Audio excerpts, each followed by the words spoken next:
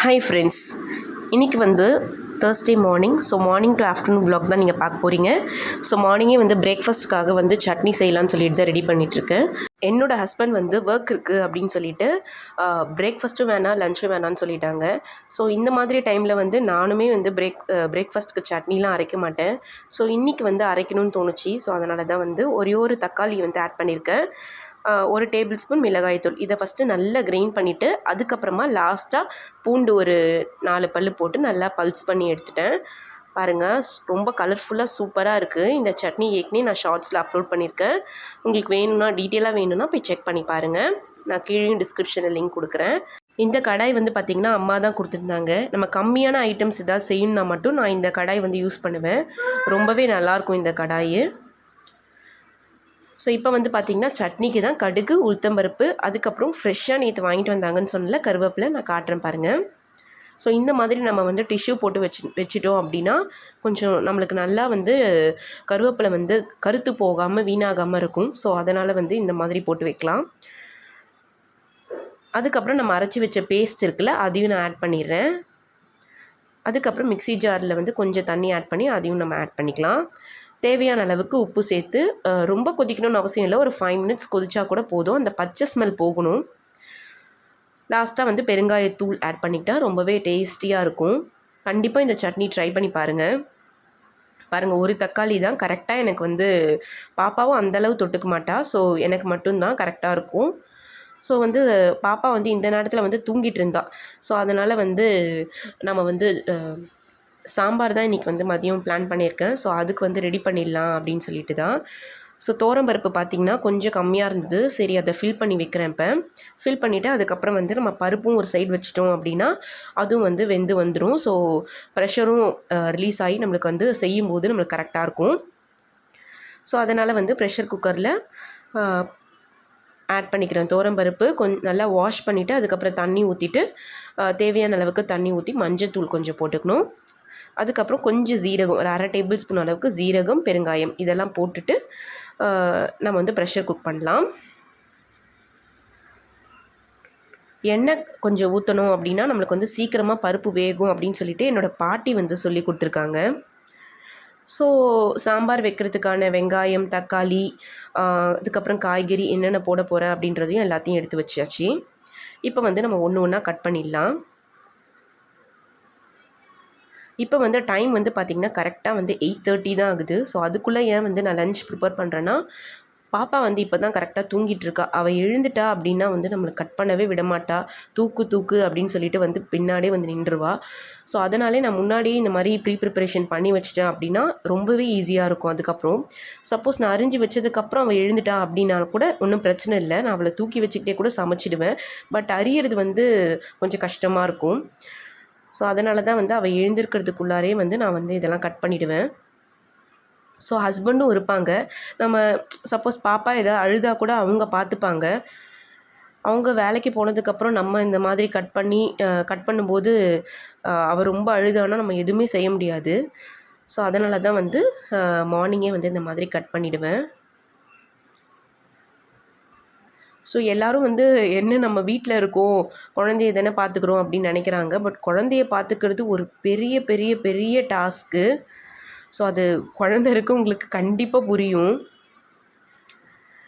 அது ரொம்ப சேட்டை பண்ணுற குழந்தையாக இருந்தது அப்படின்னா வந்து ரொம்பவே கஷ்டம். தனியாக பார்த்துக்குறோம் அப்படின்னா, இப்போ மாமியார் மாமனார் இருந்தாங்கன்னா ஒன்றும் பிரச்சனை இல்லை, நம்மளுக்கும் கொஞ்சம் டைம் கிடைக்கும். ஸோ அவங்க இல்லாத பட்சத்தில் வந்து பார்த்திங்கன்னா ரொம்பவே கஷ்டமாக இருக்கும். ஏன்னா அவங்க வாயில் ஏதாவது போடக்கூடாது. ஸோ எல்லாமே வந்து நம்ம பார்த்துக்கிட்டே இருக்கணும். ஸோ ஃபைனலாக பார்த்திங்கன்னா வெங்காயம், தக்காளி, பச்சை மிளகாய் எல்லாமே வந்து கட் பண்ணியாச்சு. கொஞ்சம் புளியும் போட்டுக்கிறேன். கொஞ்சம் ஊறினா அதுக்கப்புறம் சாம்பார் வைக்கும்போது கரெக்டாக இருக்கும். அதுக்கப்புறம் பாப்பா எழுந்துட்டா. ஸோ அவளுக்கு வந்து தோசை தான் சுட்டுட்ருக்கேன்.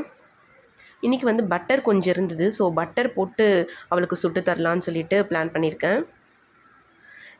நான் ஏதாவது ஒரு வெஜிடபிள் வந்து காலையிலே இன்க்ளூட் பண்ண பார்ப்பேன் தோசையில். இப்போ தோசை செய்கிறோம் அப்படின்னா கேரட் தோசை, பீட்ரூட் தோசை, அந்த மாதிரி டிஃப்ரெண்ட்டாக ஏதாவது பட்டாணி தோசை இதெல்லாம் கூட நான் செஞ்சு கொடுப்பேன். பட் இன்றைக்கி வந்து சிம்பிளாக வந்து பட்டர் போட்டு தான் செய்கிறேன். எல்லா நாளும் செய்வேன்னு சொல்ல முடியாது. மோஸ்ட் ஆஃப் த டைம் வந்து அவளுக்கு நான் செஞ்சு கொடுத்துருவேன். ஸோ அவளுக்கு வந்து ரெடி ஆகிடுச்சி. அவளுக்கு வந்து சட்னி கொஞ்சமாக வச்சு அவகிட்ட கொடுத்துட்டேன். அதுக்கப்புறம் நாங்கள் 2 பேரும் சாப்பிட்டுட்டு இது வந்து லன்ச் தான் ரெடி பண்ணிகிட்ருக்கேன். ஸோ சாம்பார் வைக்கிறது தான் வெங்காயம், தக்காளி, பச்சை மிளகாய் எல்லாம் போட்டு வதக்கிட்டு வெஜிடபிள்ஸும் ஆட் பண்ணிட்டேன். ஸோ அது வெஜிடபிள்ஸ் வந்து வதங்கிறதுக்குள்ளே நம்ம மிஷின் போட்டுடலாம் அப்படின்னு சொல்லிட்டு, ஏன்னா நிறைய துணி இருந்தது. ஸோ முகி லிக்விட் தான் நான் யூஸ் பண்ணுறேன். ஸோ அது வந்து அந்த ஒரு கப் அளவுக்கு போட்டுட்டா போதும், கரெக்டாக இருக்கும்.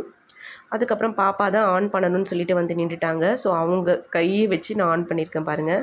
நான் வந்து இன்றைக்கி குயிக் வாஷில் தான் வைக்க போகிறேன். ஸோ வந்து நம்மளுக்கு ஈஸியாக வந்து சீக்கிரமாக துவைச்சிடும். ஸோ அதனால் அதுக்கப்புறம் சாம்பாருக்கும் பார்த்திங்கன்னா பருப்பில் வந்து வெஜிடபிள்ஸ் எல்லாமே ஆட் பண்ணியாச்சு. கூடவே வந்து மிளகாய் தூள் ஆட் பண்ணிவிட்டு ஒரு தடவை நல்லா மிக்ஸ் பண்ணிடலாம். இன்றைக்கி நான் கொஞ்சம் சாம்பார் வந்து கெட்டியாக வைக்கணும்னு நினைக்கிறேன். இல்லைனா கொஞ்சம் தண்ணி ஆட் பண்ணலாம். அதுக்கப்புறம் பாத்திரம்லாம் கழுவியாச்சு. பாத்திரம் வந்து கழுவிட்டு நம்ம இந்த குண்டா இருக்குல்ல அதில் வச்சுட்டு அதுக்கப்புறமா இதில் ட்ரான்ஸ்ஃபர் பண்ணிவிடுவேன் தண்ணி வடிஞ்சதும். ஸோ பாப்பா பாருங்கள் எல்லாத்தையும் வந்து இறச்சி போட்டு ரொம்ப அட்டகாசம் பண்ணால், நான் ஒரு சர்ப்ரைஸ் இருக்குது அப்படின்னு சொன்னதுமே அவளாக வந்து விளையாட்டு ஜாமான்லாம் எடுத்து பைக்குள்ளே போட்டான். ஸோ அதுக்கப்புறம் அவளோட ரியாக்ஷன் பாருங்கள். நான் அதுக்கப்புறம் வேண்டாம் போட வேணான்னு சொல்லிட்டேன். ரியாக்ஷன் பாருங்கள் நீங்கள்.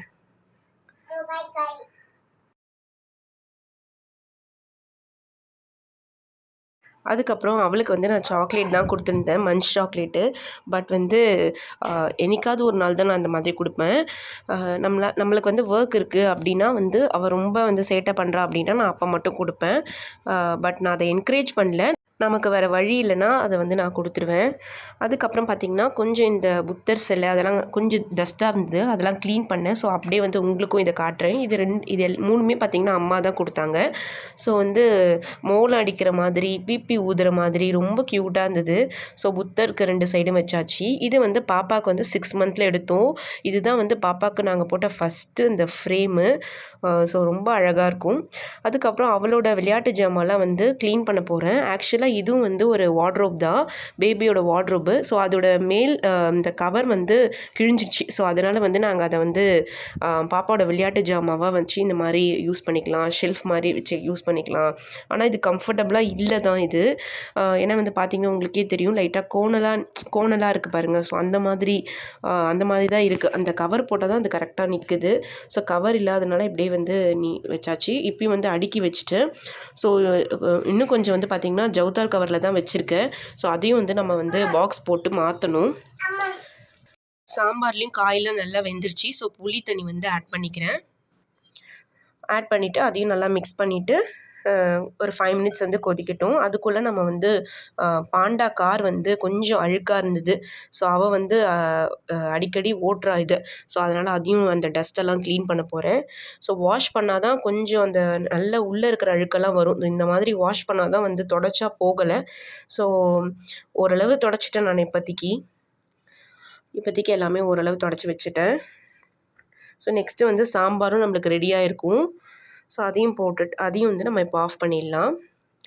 பாருங்கள், நான் சொன்ன மாதிரி கட்டியாக தான் வச்சுருக்கேன். ஏன்னா வந்து கம்மியாக நிறைய வைக்க வேணாம் அப்படின்றதுனால தான் கம்மியான குவான்டிட்டி வரும் இந்த மாதிரி கட்டியாக வச்சுனா. ஸோ அதனால தான் லாஸ்ட்டாக வந்து கொத்தமல்லி தழை வந்து இந்த மாதிரி கட் பண்ணி போட்டுறேன். அதுக்கப்புறம் மிஷினும் வந்து முடிஞ்சிருச்சு. ஸோ நான் சொன்ன மாதிரி குயிக் வாஷில் தான் வச்சுருந்தேன். ஸோ இதெல்லாம் வந்து காய போட்டுடலான்னு சொல்லிவிட்டு மாடியில் போய் காய போட்டுட்டு அப்படியே குளிச்சிட்டோம். இது வந்துட்டு அப்பளம் மட்டும் கொஞ்சம் பொரிக்க வேண்டியது இருக்குது, எனக்கு மட்டும்தான். ஸோ 2 அப்பளம் தான்,